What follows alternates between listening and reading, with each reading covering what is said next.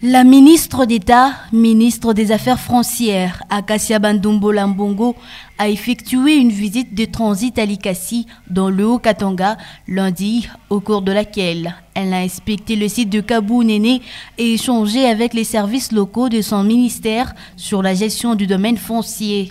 Accueillie à l'entrée de la ville, à l'ancien poste de péage, par le chef de division du cadastre Fokas Ndoua, accompagné des responsables des titres immobiliers et de l'environnement, la ministre a entamé sa mission par la visite du site de Kabou Néné, un espace stratégique de plus de 200 hectares identifié pour son potentiel d'aménagement futur.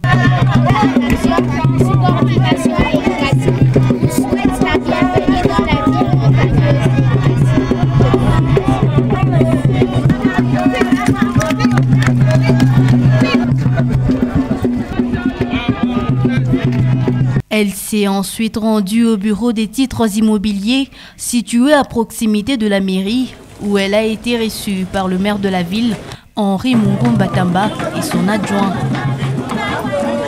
Après un mot de bienvenue des agents du cadastre, Madame Bandombola a tenu une réunion de travail avec les services techniques de son ministère.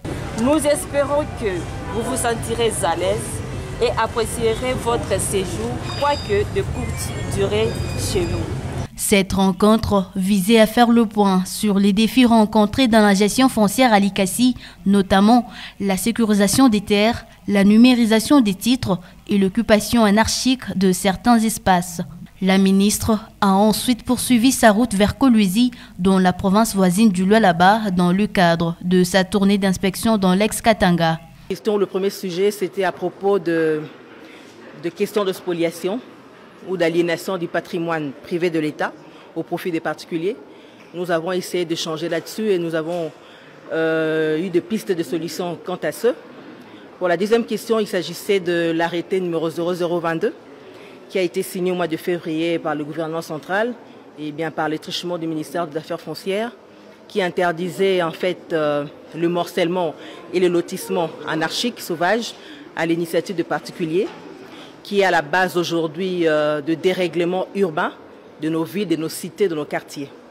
Et troisième sujet, c'était autour de la question liée de manière holistique sur les lotissements, sur des questions d'urbanisation. Nous avons également échangé là-dessus. Cette visite s'inscrit dans la dynamique du gouvernement congolais de renforcer la gouvernance foncière, lutter contre les conflits liés à la terre et accompagner les villes secondaires dans leur modernisation spatiale.